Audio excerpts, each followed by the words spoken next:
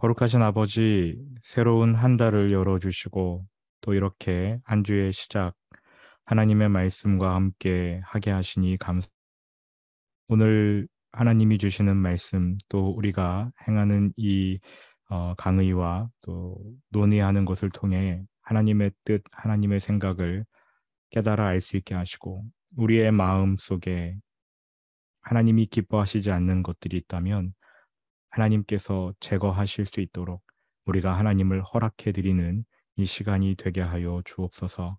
주님을 찬양하고 감사드립니다. 예수님 이름으로 기도합니다.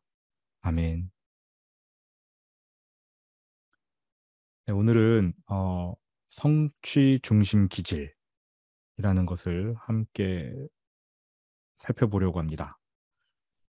먼저 첫 페이지에 나오는 그 갈라디아서 3장 1절부터 3절 말씀 제가 읽어드리겠습니다. 어리석도다 갈라디아 사람들아, 예수 그리스도께서 십자가에 못 박히신 것이 너희 눈앞에 밝히 보이거늘 누가 너희를 꾀더냐. 내가 너희에게서 다만 이것을 알려 하노니 너희가 성령을 받은 것이 율법의 행위로냐 혹은 듣고 믿음으로냐. 너희가 이같이 어리석으냐. 성령으로 시작하였다가 이제는 육체로 마치겠느냐. 이 말씀 자체는 바울이 갈라디아 교회에게 아, 전하는 질책의 말씀이었지요. 아, 믿음으로만 구원을 얻는다. 이러한 복음을 바울이 전했는데, 바울이 그렇게 복음을 전한 후에 갈라디아 지역에 아, 율법주의자들이 가서 예수님을 믿는 부족하다.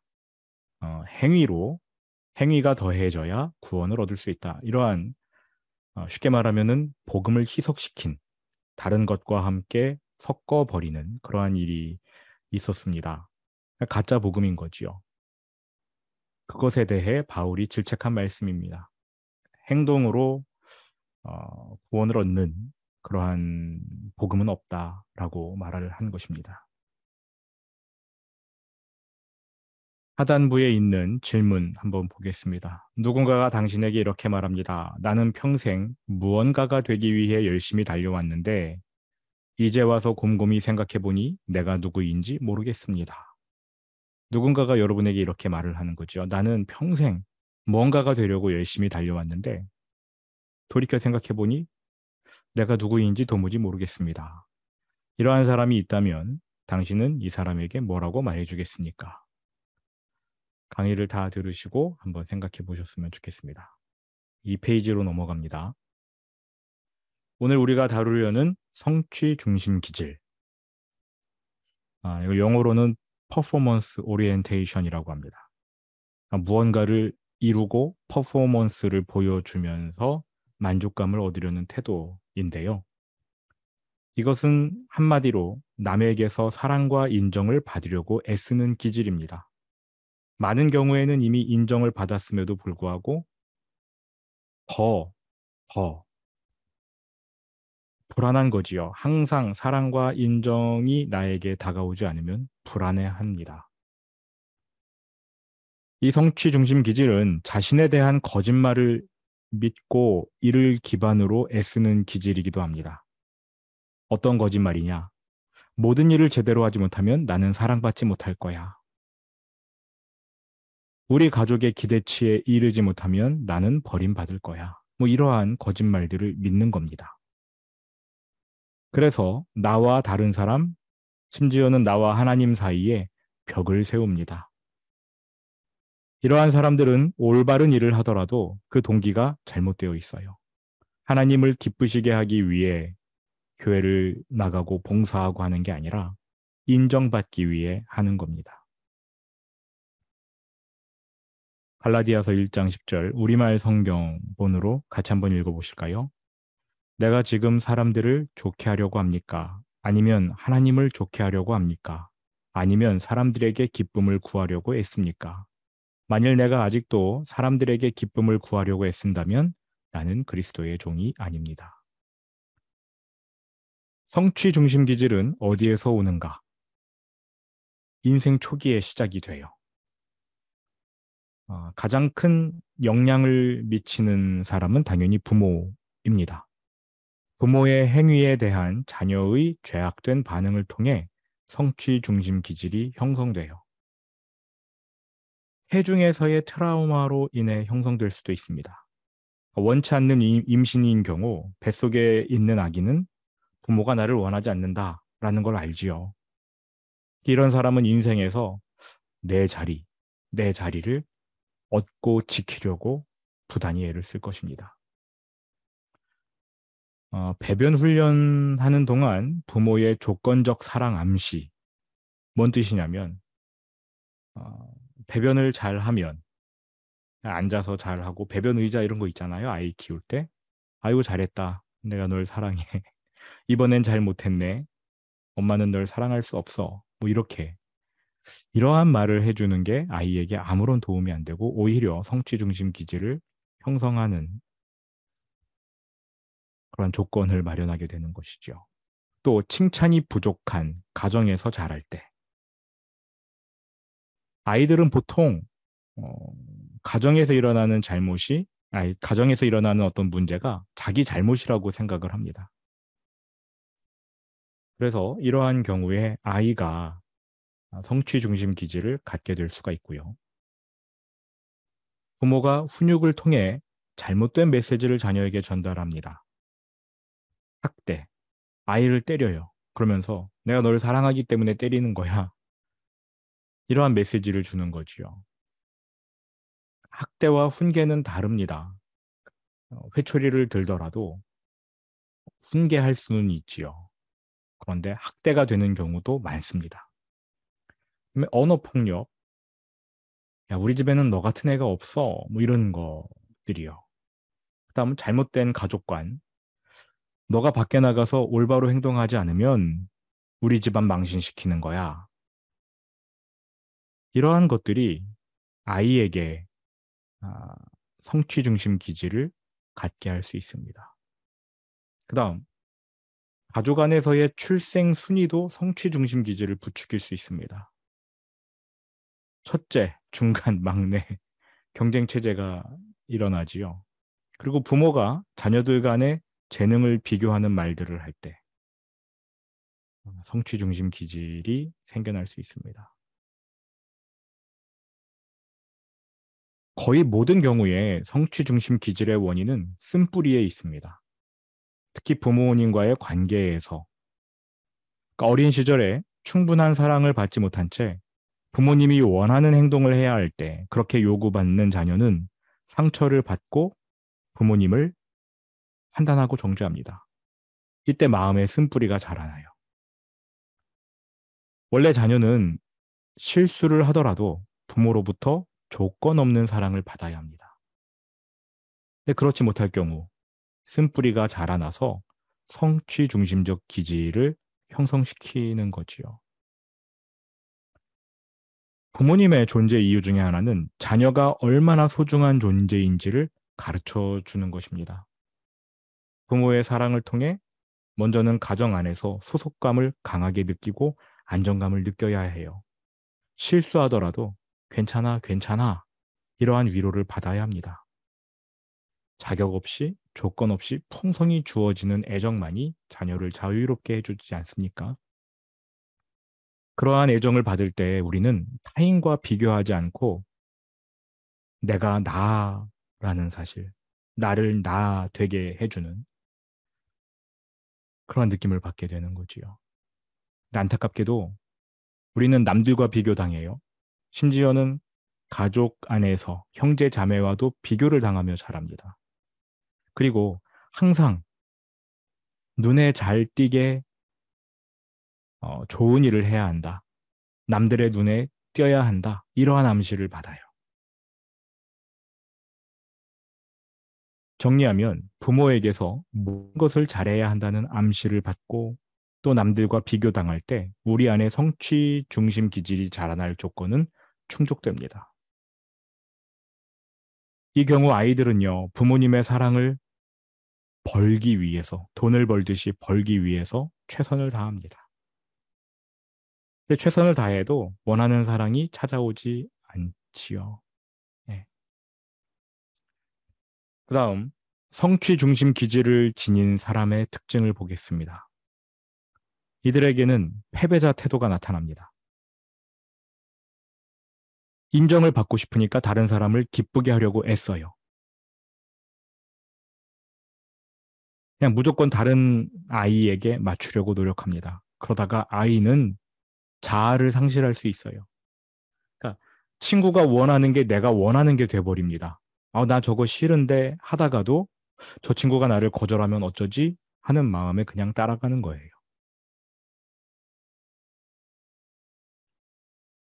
피어 프레셔라고 하나요? 그걸 뭐라고 하나? 동료 의식, 압박감 이런 것들 있죠.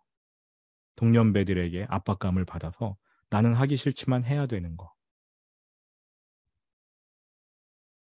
그다음 칭찬을 받아내려고 내가 지금 내 자신을 팔고 있는 것은 아닌가 이러한 느낌을 받습니다.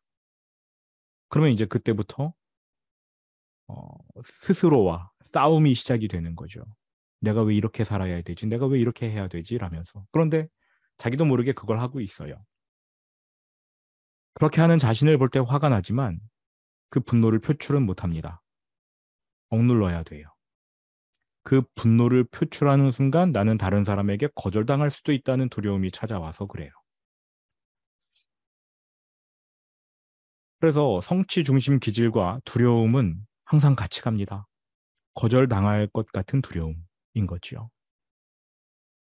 열심히 내가 거절당하지 않으려고 너무나 열심히 노력을 하는데 이러한 일을 하면 할수록 주변 사람들이 불편해합니다. 쟤 왜 저래? 왜 저렇게 불편하게 하지? 왜 이렇게 오버하지? 근데 정작 자신은 몰라요. 거절받지 않으려고 무언가를 했는데 그것 때문에 거절당할 수 있습니다. 그러다 보면은 그 두려움은 더 커지게 되는 거죠. 패배자 태도가 그렇고요. 그 다음 반항. 중요한 일을 일부러 망쳐요. 시험해보고 싶은 거죠. 내가 이거를 잘못해도 부모님이 나를 사랑해 주실까?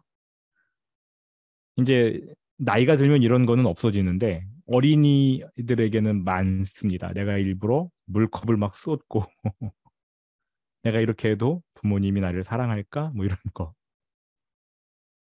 나이 들어도 이렇게 하는 사람들은 없겠지요. 일부러 중요한 일을 망치는 그런 사람은 없을 겁니다만 하여간 이러한 기질이 있어요. 그 다음 성공을 향한 질주. 이거는 뭐 어리나 나이가 드나 똑같습니다. 근데 문제는 뭐냐면 성공을 해도 두려움이 계속 이어진다는 겁니다. 내가 이번에 성공해서 다른 사람에게 인정을 받지만 다음번에 중요한 일이 맡겨졌을 때 그때 성공 못하면 어떡하지? 어떤 일을 잘하려는 목적이 사랑과 인정을 받는 것이기 때문에 이러한 사람들의 특징은 일 중독자가 될 수 있습니다. 어떤 일은 잘할 수 있고 어떤 일은 못할 수 있다. 이러한 구분이 없어요. 나는 모든 일을 다 잘해야 돼요. 그래서 모든 것을 책임지려고 합니다. 과도하게 바쁘지요. 성경에 나오는 마르다. 예수님께서 말씀하시기를 한 가지만이라도 족하다라고 말씀하시지 않았습니까? 그래서 성취 중심 기질을 가진 사람들은 만성 피로, 늘 피곤해합니다. 눈이 이렇게 충혈돼 있고, 눈이 쉬고, 하나님이 주시는 안식, 체험을 못 해봐서 이해를 못 합니다. 수고하고 무거운 짐진 자들아, 다 내게로 오라. 내가 너희를 쉬게 하리라. 그리고 사람들과 상황을 통제하려는 특징이 있네요. 남에게, 특히 경쟁 상대가 그럴 겁니다. 남에게 불리한 요구를 해서 그 사람의 자유를 박탈해요. 이러한 사람들이 리더의 자리에 오르면 이렇게 한다는 겁니다. 통제하는 거지요. 왜냐하면 모든 것이 완벽해야 되기 때문에 그래요. 그러니까 다른 사람의 인정을 받고 안 받고 이거를 이제 떠나서도 모든 것이 완벽해야 됩니다. 네모 반듯해야 되기 때문에 다른 사람의 잘못도 인정을 못 하는 거죠. 리더의 자리에 오르면 이 사람은 즉흥적으로 하는 일들을 모두 금지시킵니다. 우리가 즉흥적으로 하는 일에서 기쁨이 있잖아요. 느끼잖아요. 아, 오늘 날씨 좋네. 우리 드라이브 가자. 근데 이 사람은 계획을 안 했기 때문에 드라이브를 못 갑니다. 안 돼. 그럼 못 해. 계획하고 해야 되는 거야.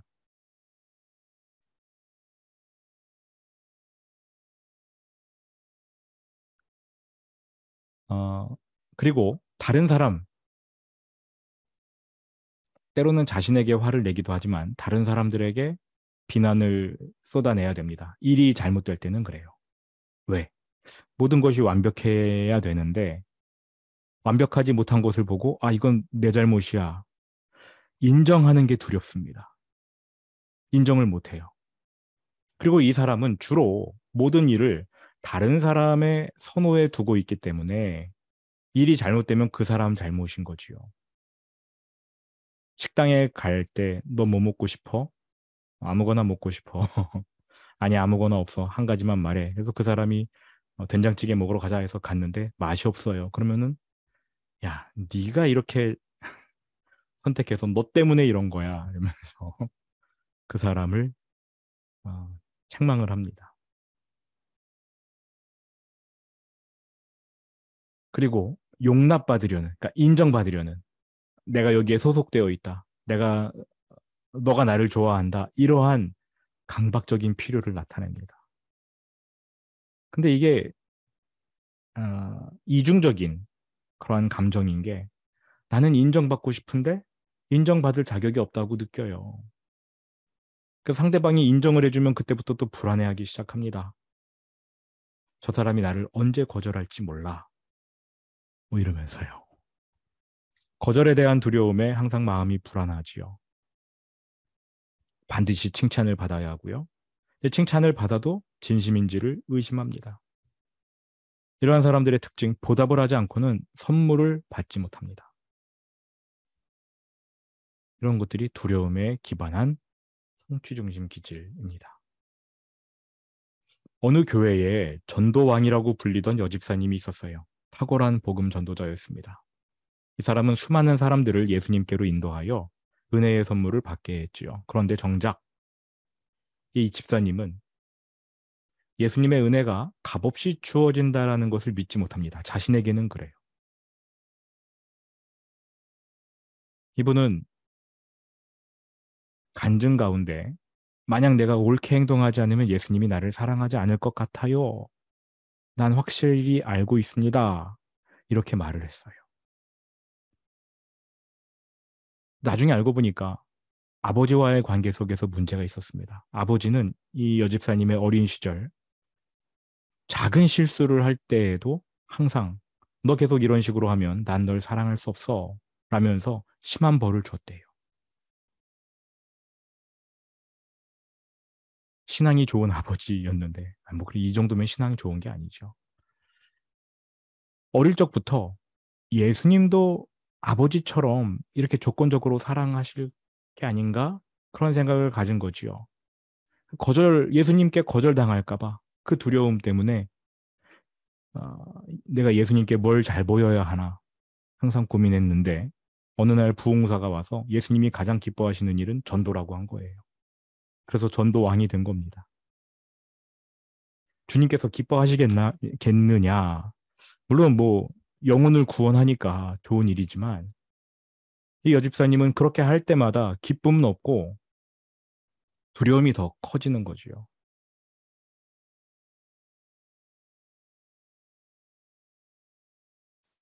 예수님이 그분의 전도를 기뻐하셨을까 싶습니다.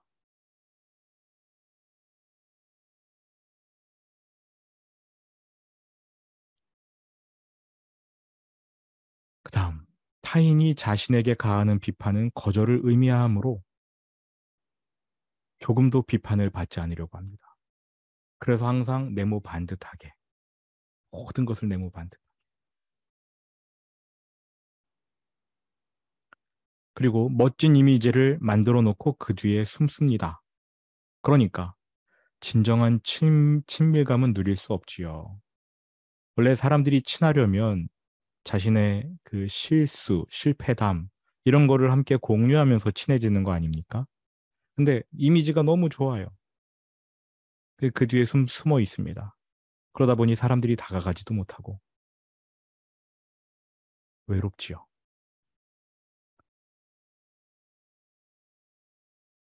그 다음 페이지로 넘어갑니다. 5페이지. 성취 중심 기질의 극단적인 결과. 우울증. 이건 뭐 당연한 결과겠지요. 성취 중심 기질이 극단으로 치달으면 우울증이 찾아오고요. 학대. 자신을 학대하기도 하지만 자녀를 학대하기도 합니다. 누군가가 내 안에 있는 어떠한 필요를 표출을 해야 되는데 이것이 잘못된 방향으로 표출되므로 학대할 대상을 찾는 거지요. 가장 손쉬운 대상이 누굽니까? 자녀예요. 자녀. 그리고 떼까치. 혹시 떼까치라고 들어보셨습니까? 처음 들어보시나요? 잠시 보충 부분 맨 뒷페이지 10페이지인가 그럴 겁니다. 10페이지, 11페이지 두 페이지에 걸쳐서 나오는 글인데 시간을 드릴 테니까 한번 읽어보십시오. 읽어보시면 재밌습니다. 한번 읽어보시고요.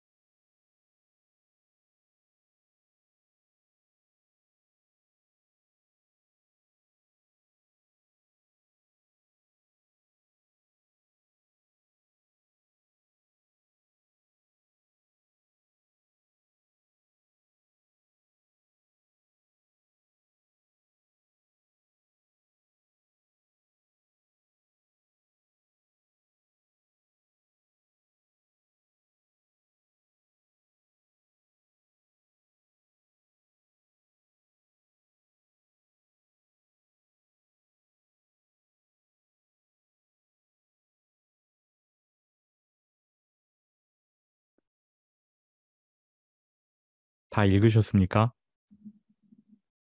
아직 못 읽으셨네요.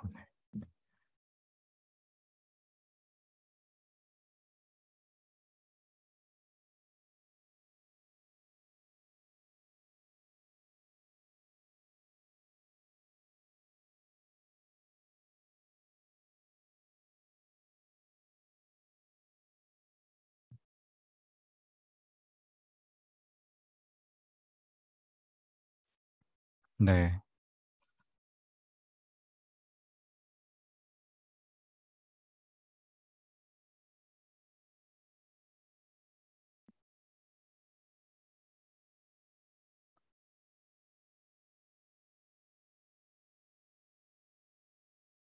혹시 이러한 사람들을 만나보신 적 있으십니까?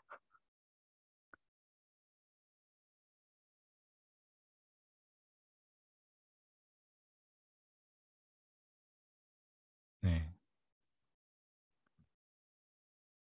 모든 것을 잘해야 한다는 생각에 다른 사람이 특히 가족이 못하는 거는 못 참는 거지요. 음. 그래서 그 사람이 어느 집단에 들어가면 홍해가 갈라지듯이 이렇게 사람들이 갈라집니다. 다른 사람을 희생하여 자신의 의로움, 자신이 잘한다는 거 이런 것들을 보여주려는 그러한 태도. 네. 내게 성취 중심 기질이 있을까? 라는데 나에게 다음의 기질이 있지는 않은지 주님께 한번 여쭤보셨으면 좋겠어요.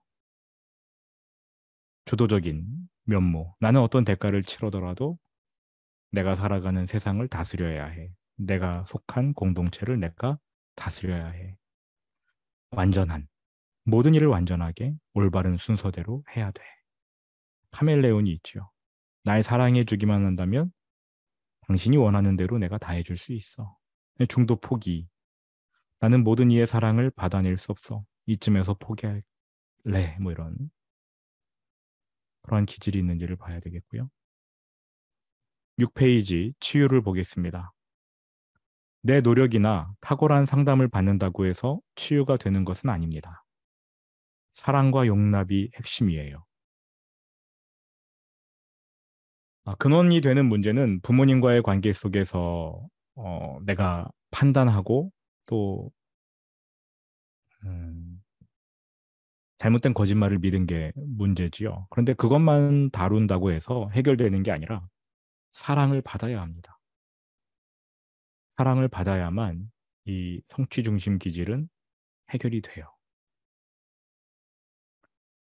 자녀의 경우에는 부모님에게서 그 사랑을 받으면 좋겠는데 이미 부모가 된 분들은 또 사랑을 받을 만한 어떤 그 사람들, 대상이 없다면 공동체 안에서 사랑을 받아야 되겠지요.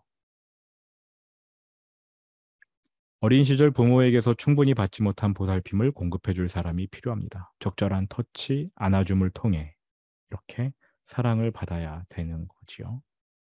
그리고 적정한 농담, 그 사람이 너무 심각해지지 않게 해줘야 되는 겁니다. 이런 거는 신뢰가 형성된 사람이 해줘야 될 일이겠고요. 치유를 위한 5가지 원리, 가장 중요한 것은 인식하는 것입니다. 성취 중심적인 태도, 나에게 그러한 태도가 있는가를 인식해야 돼요. 근데 문제는 성취 중심적인 태도를 지녀서 좋은 일을 많이 해놓았을 거라는 겁니다. 그래서 이게 내가 잘못한 건지, 내가 이게 죄인지 인식하기가 어려워요.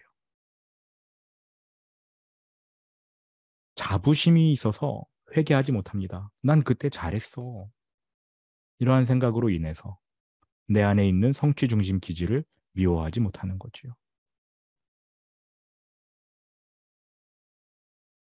치유의 가장 큰 핵심은 인식하는 겁니다. 내 안에 이러한 기질이 있다. 그리고 이것이 하나님 보시기에 좋지 않다. 이런 것을 인정해야 됩니다. 안 그러면 나는 그냥 선의를 위해 노력하는 사람이 돼버리는 거고 희생하는 사람이 돼버리는 거예요. 그럼 하나님이 보상해 주실 것이다. 이러한 생각이 들게 되는 거지요.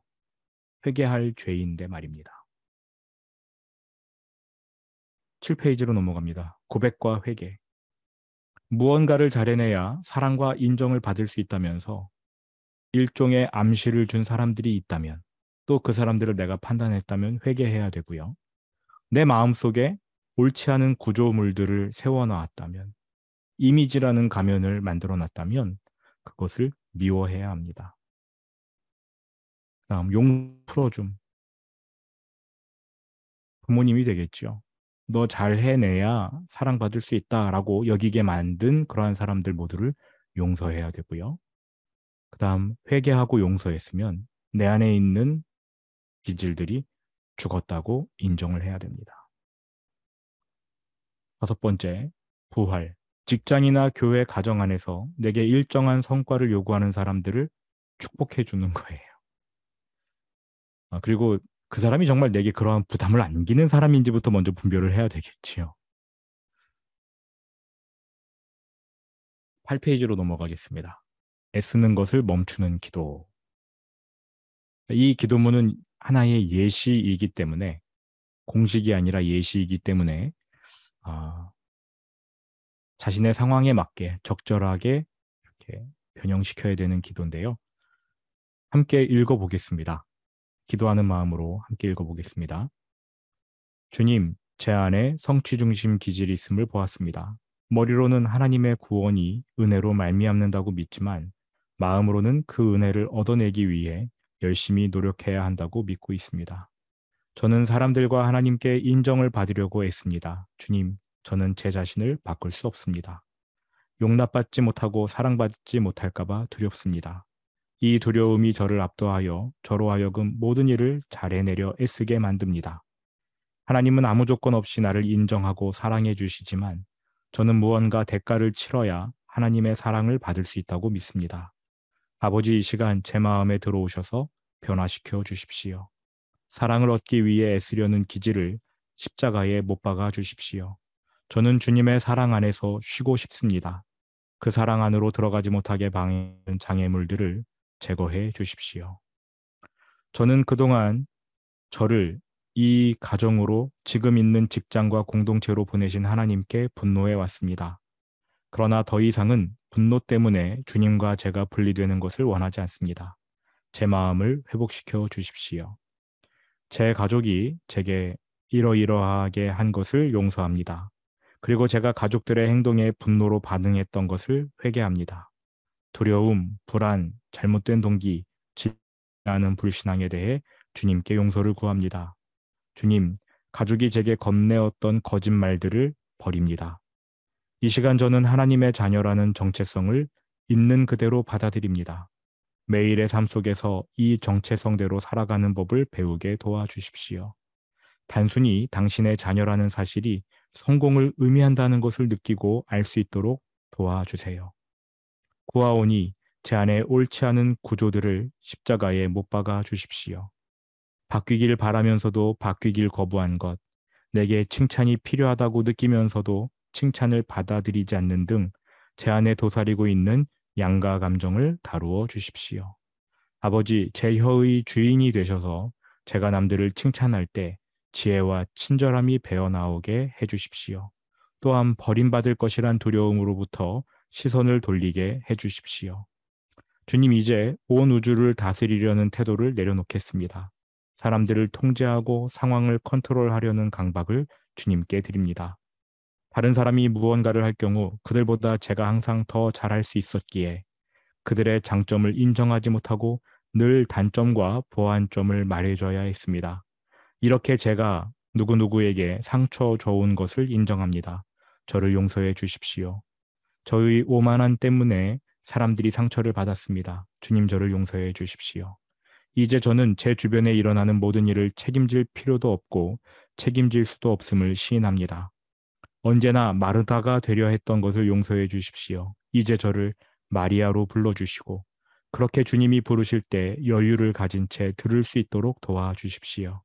제가 그릇된 동기로 어떤 일이나 직책을 맡고 있지는 않은지 주님께서 보여주시고 그만두는 것이 하나님의 뜻이라면 내려놓을 수 있는 지혜를 허락하여 주십시오. 예수님, 저는 주님과 사랑에 빠지고 싶습니다. 저를 향한 주님의 생각을 붙잡게 하옵소서. 다른 사람들의 시선에 얽매이지 않게 하시고 그들의 옳지 않은 평가에 매달리지 않게 해주세요. 우리 안에서 역사하사 우리로 하여금 먼저 주님의 선한 뜻을 구하게 하옵소서. 주님의 뜻을 행할 수 있도록 힘주시는 분이 바로 주님이심을 인정하게 하옵소서. 내 능력이나 내 뜻이 아닌 오직 주님의 능력과 뜻 안에서만 좋은 일꾼이 되기를 원합니다. 주님을 닮게 하옵소서. 예수님의 이름으로 기도합니다. 아멘. 이 성취 중심 기질의 핵심은 성취 욕구가 아니에요. 성취 중심 기질의 핵심은 성취 욕구와 무관할 수도 있습니다.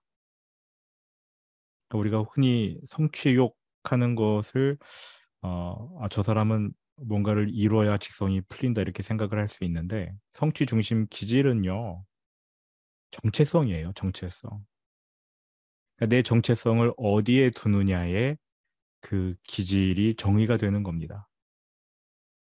이 사람은 성취 욕구가 없어도 남들에게는 내가 완벽하게 보여야 한다. 이거는 일을 성취하고 하는 거랑 관련이 없지요. 그러나 내가 완벽하게 보여야 한다라는 그러한 이미지를 상정해 놓은다면 그 사람에게는 성취 중심 기질이 있는 거예요. 그리고 어떤 일을 내가 하지 못했을 때, 나 두려워. 이러한 마음이 있어도 이 사람은 성취 중심 기질인 거지요. 왜냐하면 나의 존재가 그 일에 결부가 되어 있기 때문에 그렇습니다. 그러니까 무언가 큰 일을 막 잘 해내려는 그런 성취 욕구가 아니더라도 우리 안에는 성취 중심 기질이 있어요. 있을 수 있습니다.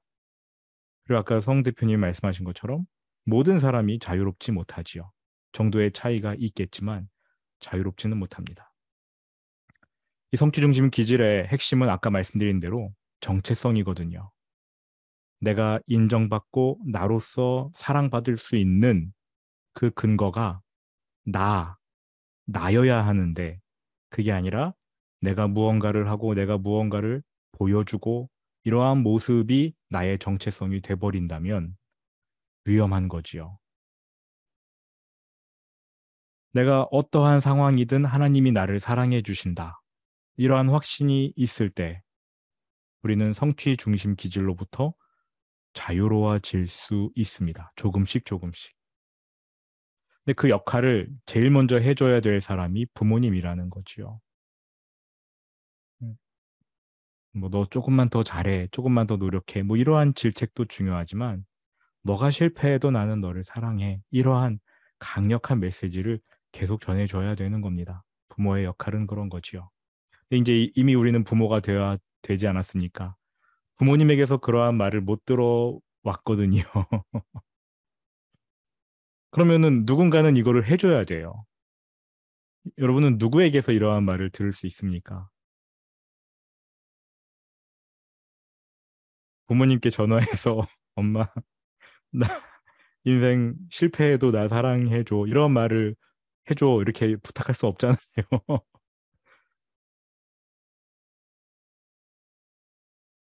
그래서, 어, 나의 존재감을 존중받지 못하다고 내 스스로 느낄 때 내가 돌아가야 할 어떤 지점을 만들어 놔야 됩니다.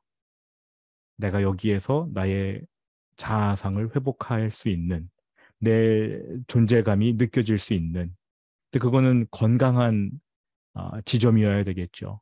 주님과 독대하며 기도하며 하나님 말씀에서 하나님이 나를 어떻게 사랑하시는지 십자가 앞에 나아가서 확인해야 하는 게 좋지 않을까. 그게 가장 좋은 방법이지 않을까라고 생각합니다.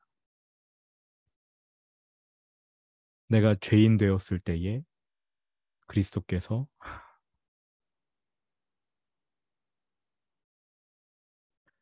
정말 사랑하는 사람에게서 칭찬을 받아보신 적 있으십니까?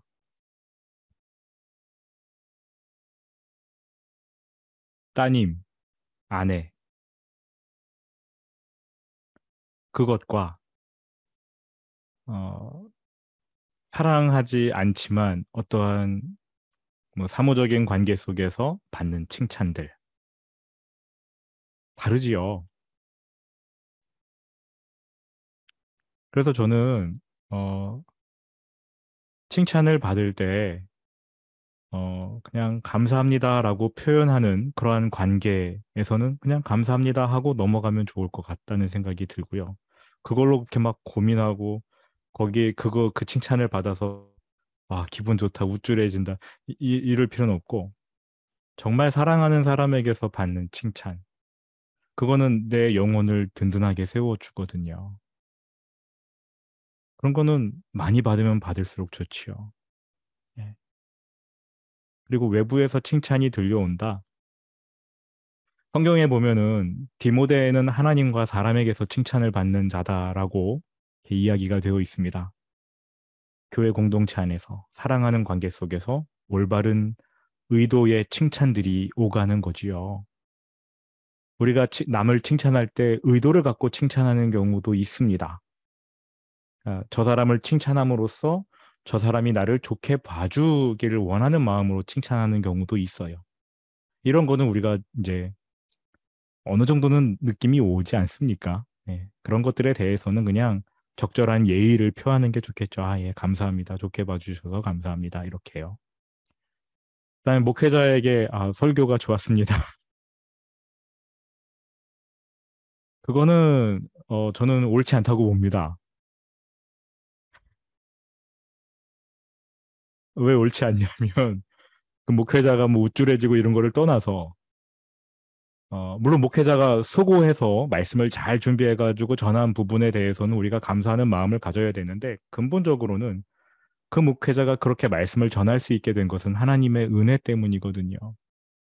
그 말씀이 주어지는 통로의 체계를 따라 올라가면서 하나님께 감사드리고 하나님께 찬송하는 것이 맞지요.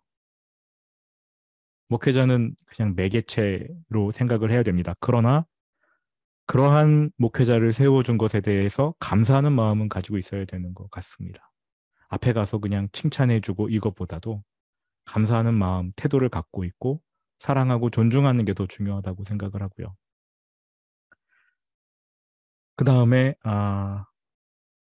아까 성 대표님이 예, 아무것도 할 수 없다. 예, 그 말이 맞아요. 에베소서 1장 12절을 보시면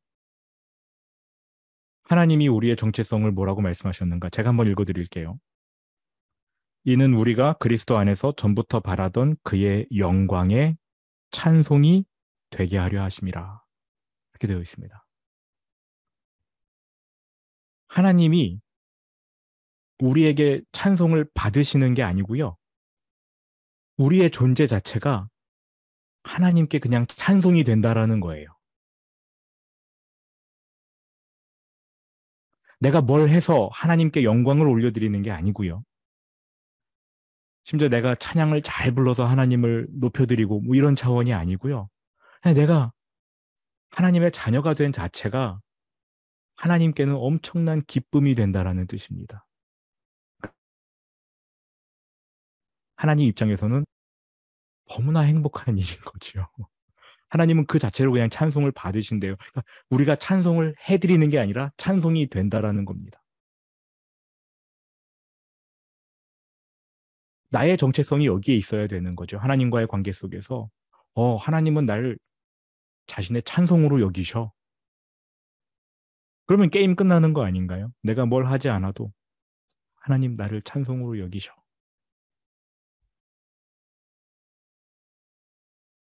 코로나 기간 동안에 이제 많은 교회들의 어떤 어려움들이 있었죠. 교인들이 이제 교회에 오지 않고 또 코로나가 지금 이제 뭐 끝나가는 상황인데도 회복되지 않은 것에 대해서 이제 어려움을 호소하고 있는데 물론 이제 안 좋은 점도 있었지만 좋은 점 하나는 무언가를 해야, 해야 됐던 상황들이 강제로 금지되었다는 게 저는 어떤 좋은 점 하나로 꼽으라면 꼽을 수 있을 것 같아요.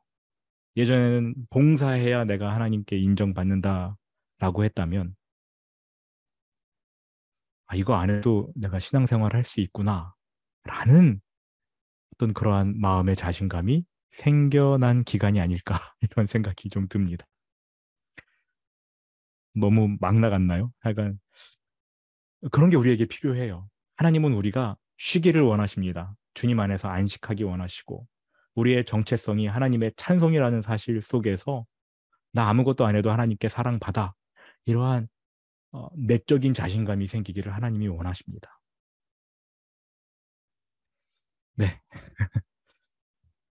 시간이 많이 지났는데, 이거는 그냥 한 번 강의일 뿐이에요. 여러분이 계속해서 고민하셔야 됩니다.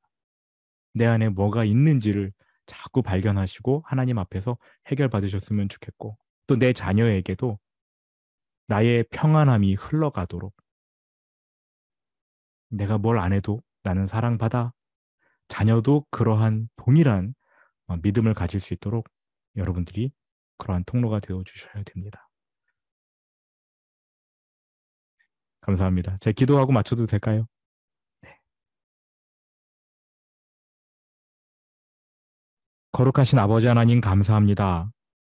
하나님이 우리를 사랑하시되 어떠한 대가 바라시지 않고 우리를 인정하시며 사랑하신다는 사실, 성경에 나와 있고 우리가 머리로 알지만 마음으로 온전히 믿지 않았던 죄 용서하여 주십시오. 무언가를 해야 나의 존재가 드러난다고 생각했고, 다른 사람들이 내가 원하는 이미지대로 나를 봐주기 원하면서 내 스스로를 옥죄었던 그러한 죄, 주님, 용서받기 원합니다. 우리를 용서해 주십시오. 이제는 주님께서 우리를 얼마나 사랑하시는지, 우리의 삶 자체가 하나님께 찬송이 된다는 사실을 기억하며 내가 무엇을 하지 않아도, 이루지 않아도 하나님께 사랑받는 존재임을 온전히 믿는 거룩한 당신의 자녀가 되기 원합니다. 그렇게 변화시켜 주십시오. 지금은 깨닫는 단계인 줄 믿습니다. 깨닫고 발견하고 주님께 기도하는 그러한 모습들이 우리에게서 나타나도록 주님께서 인도하여 주십시오. 우리의 힘으로 할 수 없음을 고백합니다. 주의 성령께서 당신의 능력으로 우리를 변화시켜 주옵소서. 감사드립니다. 하나님 사랑하시는 우리 길갈 신우회 모든 분들, 비록 이 자리에 나와 있지 않지만 각자의 처소에 있는 귀한 분들 하나님께서 축복하여 주실 줄 믿으며 예수님 이름으로 기도합니다. 아멘. 네, 수고 많으셨습니다. 감사합니다.